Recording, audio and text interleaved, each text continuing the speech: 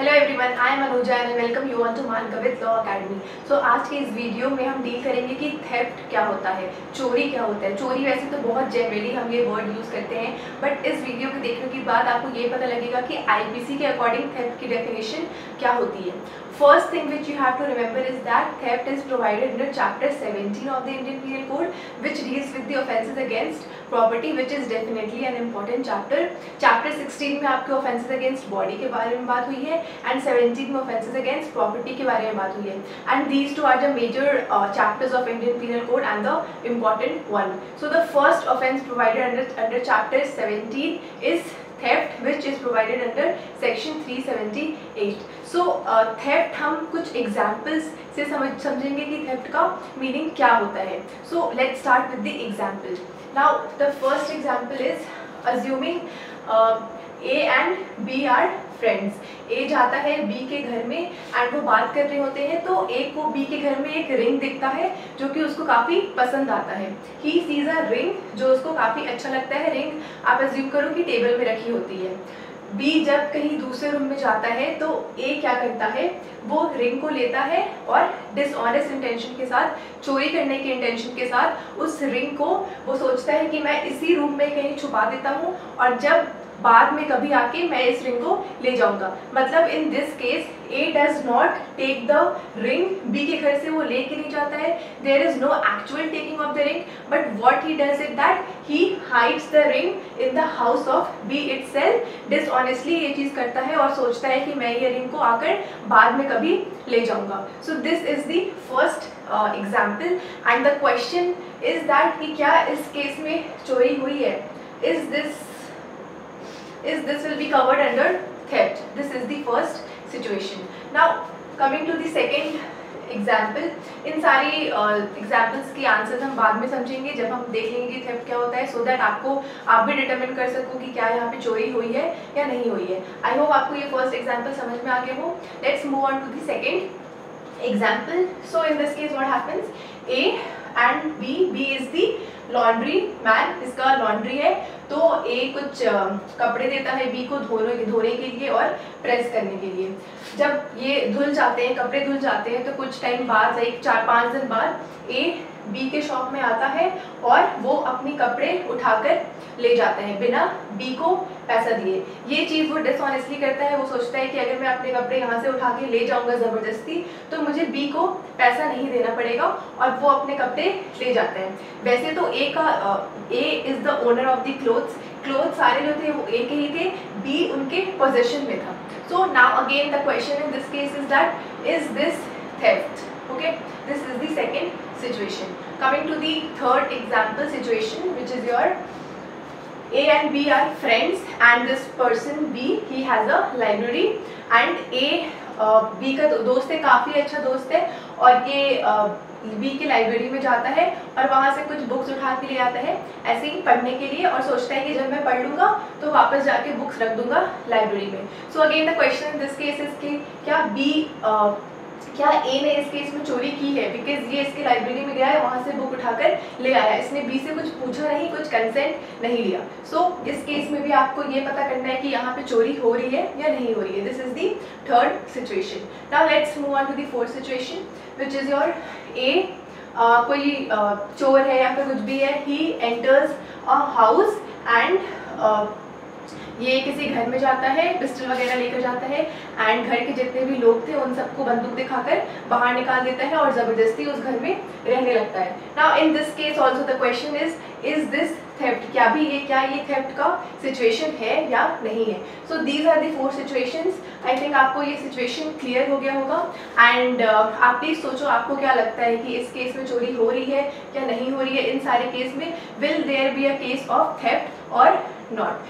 सो answer जानने के पहले what we will do is that we will read what section 378 says about theft. Section 378 में theft की क्या डेफिनेशन दी गई है पहले हम वो पढ़ते हैं, then we will come to the solution of this question. Read out section 378. Then it says whoever intending to take dishonestly any movable property out of possession of any person without the person's consent moves that property in order to such taking is said to commit theft. जब हम section 378 पढ़ते हैं तो हमें theft की कुछ ingredients पता लगती है, these are the ingredients of theft. और जब ये सारी इंग्रेडिएंट्स पूरी हो जाएगी एक साथ तो उस वक्त चोरी कंप्लीट हो जाती है। इन इंग्रेडिएंट्स को हम एक एक करके समझेंगे और पहले हम देखते हैं कि डिसऑनेस्टली का मतलब क्या होता है। डिसऑनेस्टली का मतलब यही होता है कि आप वो जो चोरी कर रहे हो, अगर आप कुछ चीज़ उठा रहे हो तो उस वक्त आपका इंटेंशन खराब होना चाहिए। Your intention should be dishonest one. वैसे तो डिसऑनेस्ट का जो डेफिनेशन है वो कहाँ दिया हुआ है, it is provided under section 24। Section 24 defines dishonestly. तो हम देख लेते हैं कि सेक्शन 24 क्या कहता है। Now section 24 says whoever does anything with the intention of causing wrongful gain to one person or wrongful loss to another person is said to do that thing dishonestly। ये आपका डेफिनेशन दिया गया है dishonestly का under section 24। मतलब या तो आप जो वो काम कर रहे हो वो आप ऐसे इंटेंशन से कर रहे हो कि एक पर्सन को रॉन्गफुल गेन हो या फिर दूसरे पर्सन को रॉन्गफुल लॉस हो जाए, तो इसे हम कहते हैं डिसऑनेस्ट इंटेंशन। इससे हम एक एग्जाम्पल समझते हैं। For example there is this person A and he goes to a restaurant. वहाँ पे उसे एक अम्ब्रेला दिखता है और वो उस अम्ब्रेला को उठाकर ले आता है। Now in this case dishonest intention के साथ वो अम्ब्रेला को उठाकर लेके आते हैं। तो हमें ये देखना है कि इस केस में सेक्शन 24 कंप्लाई हो रहा है कि नहीं, फुलफिल हो रहा है कि नहीं। सो वी विल सी कि क्या यहाँ पे रॉन्गफुल गेन हो रहा है, रॉन्गफुल लॉस हो रहा है या नहीं हो रहा है। सो ए को यहाँ पे रॉन्गफुल गेन हो रहा है बिकॉज वो अम्ब्रेला उठाकर ले आता है रेस्टोरेंट से, एंड बी जिसका अम्ब्रेला था उसे रॉन्गफुल लॉस हो रहा है। सो यहाँ पे ए को रॉन्गफुल गेन हो रहा है एंड बी को रॉन्गफुल लॉस हो रहा है। सो this is what dishonestly means. Now जरूरी नहीं है कि रॉन्गफुल गेन भी होना चाहिए और रॉन्गफुल लॉस भी साथ में होना चाहिए। You have to remember that the word which has been used in section 24 is और। यहाँ पे और वर्ड का यूज किया गया है, एंड वर्ड का यूज नहीं किया गया है। अगर एंड वर्ड का यूज किया गया होता तो इस डेफिनेशन इस सेक्शन 24 का मीनिंग ही डिफरेंट होता। ये हम एक एग्जाम्पल से समझते हैं। आप सोचो कि मेरा एक फ्रेंड है and he has a laptop and उसका वो लैपटॉप खराब हो गया है, but obviously the charger is working. तो उसका लैपटॉप खराब हो गया है तो जो उसका जो चार्जर है it's obviously a complete waste for him. Okay, उसे उस चार्जर का कोई यूज ही नहीं है। I have the same laptop, मैं उसके घर जाती हूँ and I sees that charger. So what I think कि मेरे पास तो चार्जर है नहीं, तो मैं इसका चार्जर उठाकर ले आती हूँ। And that person my friend, उसका तो लैपटॉप खराब हो गया है तो उसका कोई यूज़ का ही नहीं है। वैसे ये बात मुझे पता नहीं है कि उसका लैपटॉप खराब हो चुका है एंड वो ये चार्जर यूज़ नहीं करता है। मेरा इंटेंशन सिर्फ इतना है कि मैं उसका चार्जर उठा के ले आती हूँ तो मुझे चार्जर खरीदना नहीं पड़ेगा, ये इंटेंशन के साथ मैं उसका चार्जर उठाकर लेकर आती हूँ। नाउ इन दिस केस मुझे रॉन्गफुल गेन हो रहा है, राइट, बिकॉज मैंने उसका चार्जर उठा के लाया, अब मुझे चार्जर नहीं खरीदना पड़ेगा, सो मुझे रॉन्गफुल गेन हो रहा है। बट क्या मेरे फ्रेंड को रॉन्गफुल लॉस हो रहा है? उसके लिए तो वैसे भी charger it is a waste for him, it is useless for him, उससे तो कोई लॉस नहीं हो रहा है। अगर उसका चार्जर खो जाए, कहीं गिर जाए, कुछ भी हो जाए तो उससे कोई फर्क नहीं पड़ता, उससे रॉन्गफुल लॉस नहीं हो रहा है। बट बिकॉज मुझे यहाँ पे रॉन्गफुल गेन हो रहा है, it will be covered under dishonestly. That is the meaning of the word और। जरूरी नहीं है कि रॉन्गफुल गेन भी होना चाहिए और रॉन्गफुल लॉस भी होना चाहिए। इन दोनों में से अगर कुछ भी हो जाएगा तो that will be cover under dishonestly. I hope आपको ये और का मतलब अच्छे से समझ में आ गया हो। And now let's take 2-3 more examples so that you understand what dishonestly is. Assuming that there is this person A and A goes to a restaurant and उस रेस्टोरेंट में उसका अम्ब्रेला खो जाता है। 2 दिन बाद फिर ए उसी सेम रेस्टोरेंट में जाता है और उसे एक अम्ब्रेला दिखता है। ए को लगता है कि वो जो अम्ब्रेला है वो वही अम्ब्रेला है जो कि 2 दिन पहले खो गया था, और ये सोचकर ए उस अम्ब्रेला को उठाकर ले आता है, बट वो अम्ब्रेला एक्चुअली में बी का होता है। Now in this case it will not be covered under dishonesty because यहाँ पे ए को ऐसा लग रहा था कि वो वही अम्ब्रेला है जो कि 2 दिन पहले खो गया था, and here the intention of A was not bad. अगर यहाँ पे इस केस में ए को पता होता कि वो अम्ब्रेला बी का है और फिर भी अगर वो उसे उठा के लाता तो फिर इस केस में ये डिसऑनेस्ट इंटेंशन हो जाता। Now let's take one more interesting example. So again A has lost his umbrella and 2 दिन बाद वो रेस्टोरेंट में जाता है एंड वहाँ पे उसे अम्ब्रेला दिखता है। ए को लगता है कि अगर मैं वो अम्ब्रेला उठाकर ले आऊँगा तो मेरा जो अम्ब्रेला 2 दिन पहले खोया था वो कॉम्पनसेट हो जाएगा, मेरे को अम्ब्रेला फिर से खरीदना नहीं पड़ेगा, तो मेरा जो लॉस हुआ था 2 दिन पहले अम्ब्रेला जो खो गया था वो कॉम्पनसेट हो जाएगा। ये सोचकर ए वो अम्ब्रेला उठाकर लेके आता है, ए को लगता है कि वो किसी और का अम्ब्रेला है। जब ए घर आता है तो उसे रियलाइज होता है कि अरे ये तो वही अम्ब्रेला है जो कि 2 दिन पहले वही सेम रेस्टोरेंट में खो गया था। Now in this case the question is कि क्या यहाँ पे डिसऑनेस्ट या फिर रॉन्गफुल गेन, रॉन्गफुल लॉस हो रहा है। यहाँ पे ऑब्वियसली ए का इंटेंशन तो डिसऑनेस्ट था, बिकॉज उसका इंटेंशन ये था कि अगर मैं अम्ब्रेला ले आऊंगा तो मेरा जो लॉस है वो कॉम्पनसेट हो जाएगा। बट आप खुद सोचो कि इस केस में किसी को रॉन्गफुल गेन या फिर किसी को रॉन्गफुल लॉस हो रहा है। सो रॉन्गफुल गेन यहाँ पे किसी को नहीं हो रहा है क्योंकि वो जो अम्ब्रेला था वो ए का ही था, और रॉन्गफुल लॉस भी नहीं हो रहा है क्योंकि वो जो अम्ब्रेला था वो ए का ही था। So this will not be covered under section 24। This is the whole concept of section 24 and I hope कि आपको डिसऑनेस्टली का मतलब अब क्लियर हो गया होगा। The second ingredient is that the property should be a movable one, मतलब immovable property की चोरी नहीं हो सकती है। जैसे कि बिल्डिंग, ट्रीज, जो इमूवेबल प्रॉपर्टी है आप उसकी चोरी नहीं कर सकते हो। चोरी होने के लिए आपका प्रॉपर्टी मूवेबल प्रॉपर्टी ही होना चाहिए। Remember the example which I gave you that there is this person who enters a house and वो सबको जबरदस्ती बाहर निकाल देता है और खुद वहां रहने लगता है। तो उस केस में द फोर्थ सिचुएशन जो था उस केस में चोरी का केस नहीं बनेगा। क्यों? क्योंकि इमूवेबल प्रॉपर्टी की घर की चोरी नहीं हो सकती है। So that will not be a case of theft because theft is possible only for movable property. Now this word movable property it is defined under section 22. Now let's see what section 22 says. It says that the words movable property are intended to include corporeal property, मतलब tangible property of every description except land and things attached to earth or permanently fastened to anything which is attached to earth. मतलब चोरी होने के लिए आपका property immovable होना चाहिए। जैसे लैंड की चोरी नहीं हो सकती है, things which are attached to earth उनकी चोरी नहीं हो सकती है। जैसे कि ट्रीज जो है आपकी that is attached to earth, तो उसकी चोरी नहीं हो सकती है। बट एक इंटरेस्टिंग चीज़ ये है कि अगर वो जो चीज़ है जो कि अर्थ से अटैच्ड है, अगर आप उसको सीवियर कर देते हैं और उसको सीवियर करके मूवेबल प्रॉपर्टी बना देते हो तो उस केस में फिर उसकी चोरी हो सकती है। ये आपको दिया गया है सेक्शन 378 का एक्सप्लेनेशन 1 में इस चीज़ को लिखा गया है। सेक्शन 378 का एक्सप्लेनेशन 1 कहता है a thing so long as it is attached to earth not being movable property is not the subject of theft but it becomes capable of being the subject of theft as soon as it is severed from the earth. ये explanation है, मतलब कि अगर there is trees को हम कहते हैं कि वो मूवेबल प्रॉपर्टी नहीं है because it is attach to earth. But अगर आप किसी के कंपाउंड में जाते हो और वहाँ पे जो उसकी ट्रीज लगी है उसको काट के उसको सीवियर करके उसको मूवेबल प्रॉपर्टी बना देते हो, now in this case trees become movable property. अब ट्रीज की चोरी हो सकती है। This is the illustration also which is illustration A of section 378। इसमें यही कहा गया है कि अगर आप ट्री को काट के अलग करते हो, उसको मूवेबल प्रॉपर्टी बनाते हो तो फिर उसकी चोरी हो सकती है। So you have to remember that theft का subject matter can only be the movable property and this is the second ingredient. Now the third ingredient is out of possession.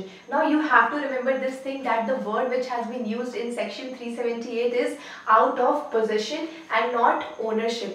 आपको ये याद रखना है कि ownership word का use नहीं किया गया है, possession word का यूज किया गया है। मतलब जरूरी नहीं है कि आप चोरी सिर्फ उस चीज के ओनर से ही कर सकते हो। अगर किसी के पोजेशन में कुछ सामान है तो आप वहां से भी चोरी कर सकते हो। सो अगर आपका कुछ क्वेश्चन आता है, कुछ सब्जेक्टिव क्वेश्चन आता है और अगर आप पोजीशन की बजाय अगर वर्ड ओनरशिप यूज करते हो in your answer then it means that you have made a blunder. So ये बिल्कुल याद रखना that the word position has been used. Now position दो टाइप का होता है, one is your immediate position and second is your mediate position. Immediate position मतलब आपके साथ में जो चीज़ है वो इमीडिएट हो जाएगा। जैसे कि this marker, this is in my immediate possession, मेरा फोन जो है वो मेरे इमीडिएट पोजेशन में रहता है तो उसे हम कहते हैं इमीडिएट पोजेशन। मीडिएट पोजेशन होता है जैसे कि ज्वेलरी, आप ज्वेलरी रखते हो बैंक में, right? So that is your example of mediate possession. अगर आप बाइक पार्क करते हो पार्किंग लॉट में तो आपका पोजेशन है बट वो पोजेशन कैसा है, दैट इज मीडिएट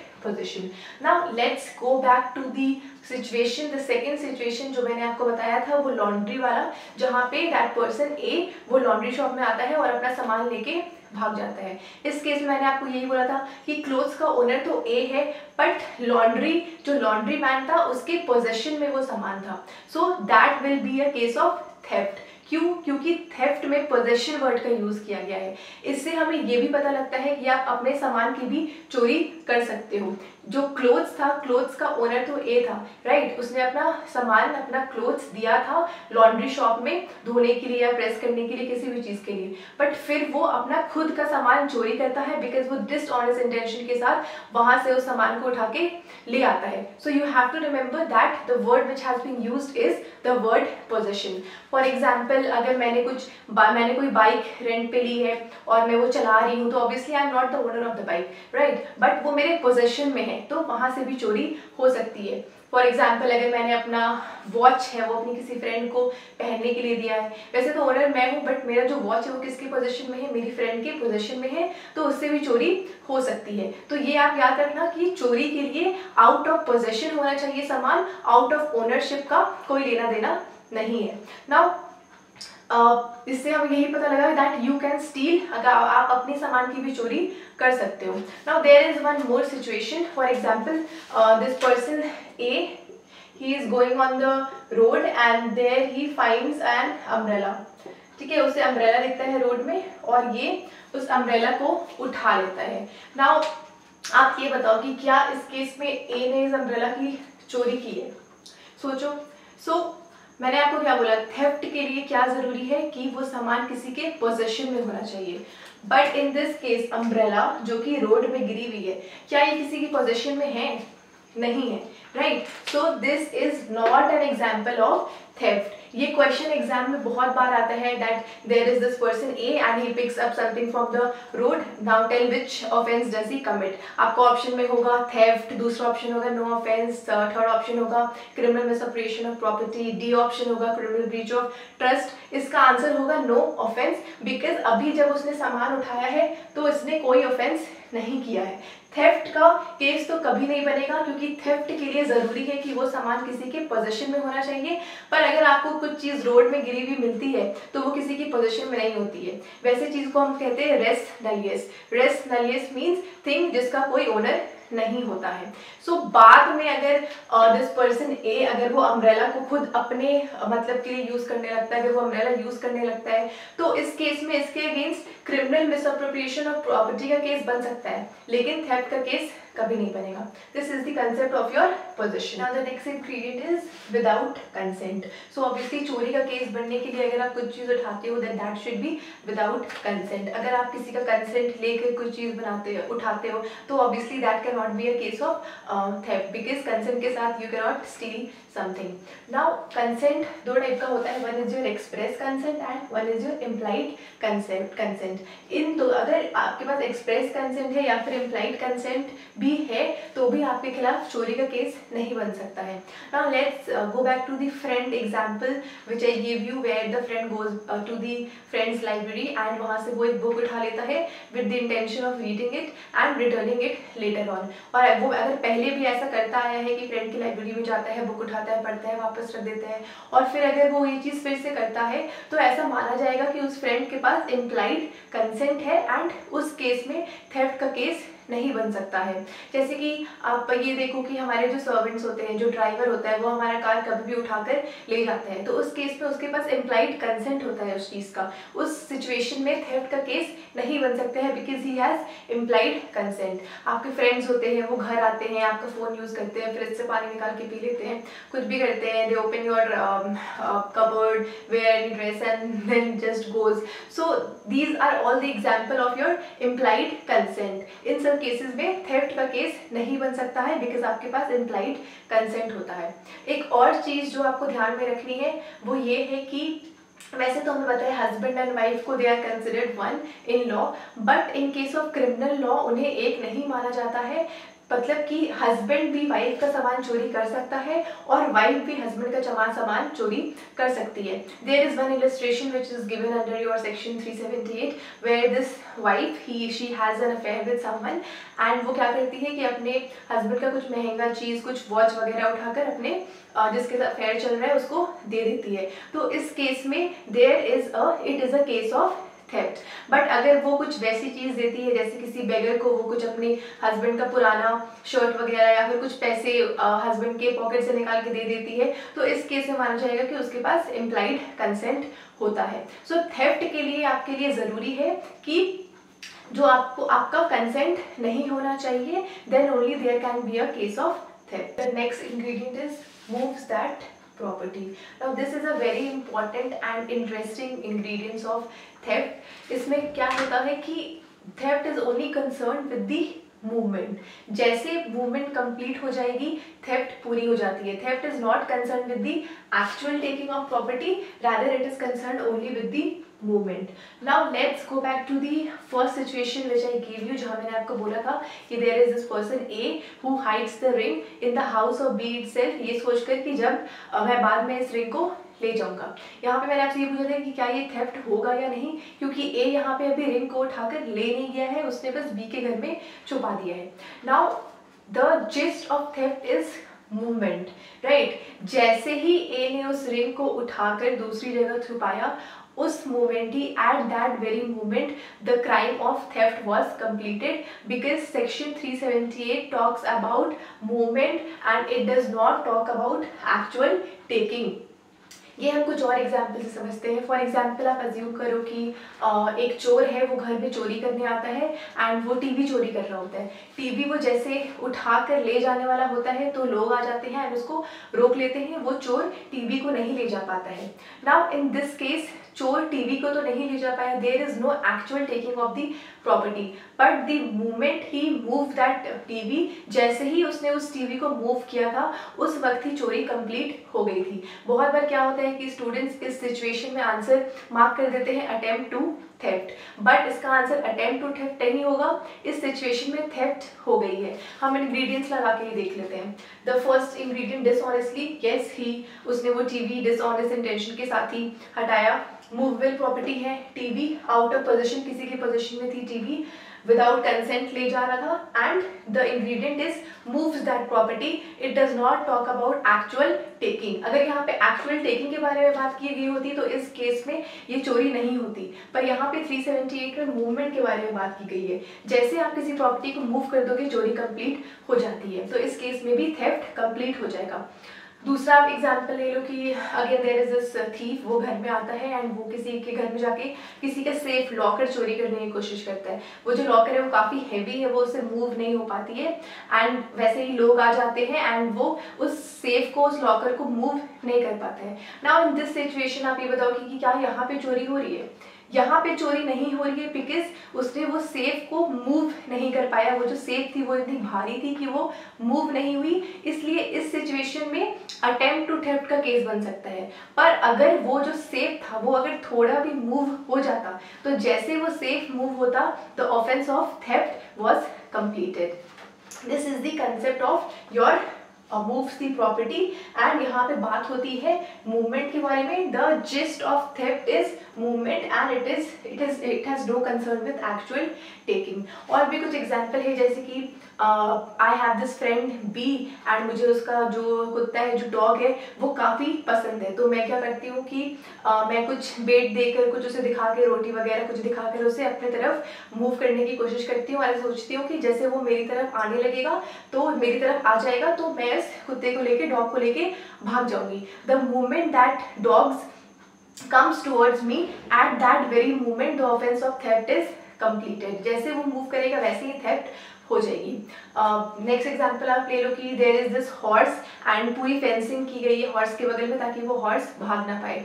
एक पर्सन है ए जिससे वो हॉर्स चोरी करनी है, तो वो क्या करता है, हॉर्स को जाके मूव नहीं करता है बट वो जाके फेंसिंग जो की हुई थी वो फेंसिंग को जाके तोड़ देता है और ये सोचता है कि जैसे ये हॉर्स भाग कर बाहर आएगा मेरी तरफ तो मैं फिर यहाँ से इस हॉर्स को चोरी करके ले जाऊंगा। द मोमेंट वो फेंस को तोड़ता है और हॉर्स मूव करता है उस वक्त फिर से चोरी कंप्लीट हो जाती है। चाहिए, क्योंकि थेफ्ट का जस्ट क्या है, थेफ्ट का जस्ट है मूवमेंट। आई होप आपको ये कंसेप्ट जो मूव्स दैट प्रॉपर्टी है ये बिल्कुल क्लियर हो गया हो, और आपको ये याद रखना है कि यहाँ पे एक्चुअल टेकिंग के बारे में बात नहीं होती है, सिर्फ मूवमेंट के बारे में बात होती है। This is the concept of your moves that property. The next and the last ingredient is in order to such taking. इसका यही मतलब है कि आप जो प्रॉपर्टी को मूव करते हो that should B move with the dishonest intention in the order of such taking. अगर आप डिसऑनेस्ट इंटेंशन से मूव नहीं करते हो, किसी और इंटेंशन से मूव करते हो, तो ये थेफ्ट का केस नहीं बनेगा। So these are the ingredients and I think मैंने आपको ये काफ़ी एग्जाम्पल के साथ काफ़ी अच्छे से एक्सप्लेन किया है। Still if you have any other doubt you can ask me. And कुछ और भी जनरल चीज़ें हैं थेफ्ट से रिलेटेड, जैसे कि जो इलेक्ट्रिसिटी की चोरी होती है वो आईपीसी में कवर्ड नहीं होता है, पर हाँ जो इलेक्ट्रिसिटी एक्ट 1910 है उसमें उसके अंदर इलेक्ट्रिसिटी की चोरी का केस बन सकता है। सिमिलरली जो गैस पाइपलाइन जो बिजती है उसकी जो चोरी है वो इसके अंडर कवर्ड होता है। इसके अलावा आपको ये जानना है कि जो थेफ्ट की पनिशमेंट है that is provided under section 379 and the punishment is 3 years। अगर कहीं भी चोरी होती है तो अगर आप एफआईआर जो फाइल करते हो वो आप 378 में एफआईआर फाइल नहीं होता है, बल्कि सेक्शन 379 का एफआईआर फाइल होता है चोरी के केस में। So I hope that the concept of theft is clear. काफ़ी इंटरेस्टिंग है ये। आप इसके एक्सप्लेनेशंस जो दिए हैं 378 में वो पढ़ना, और जो इलस्ट्रेशंस दिए हैं थेफ्ट के, I think there are 14-15 illustrations of section 378 and all of them are very important. You get direct questions from those illustration. So illustration पढ़ना and समझना। and अगर आपको कोई भी डाउट है तो you can ask me into the comment section, you can mail me, you can WhatsApp me, and please do subscribe to my channel and press the bell icon. Thank you for watching.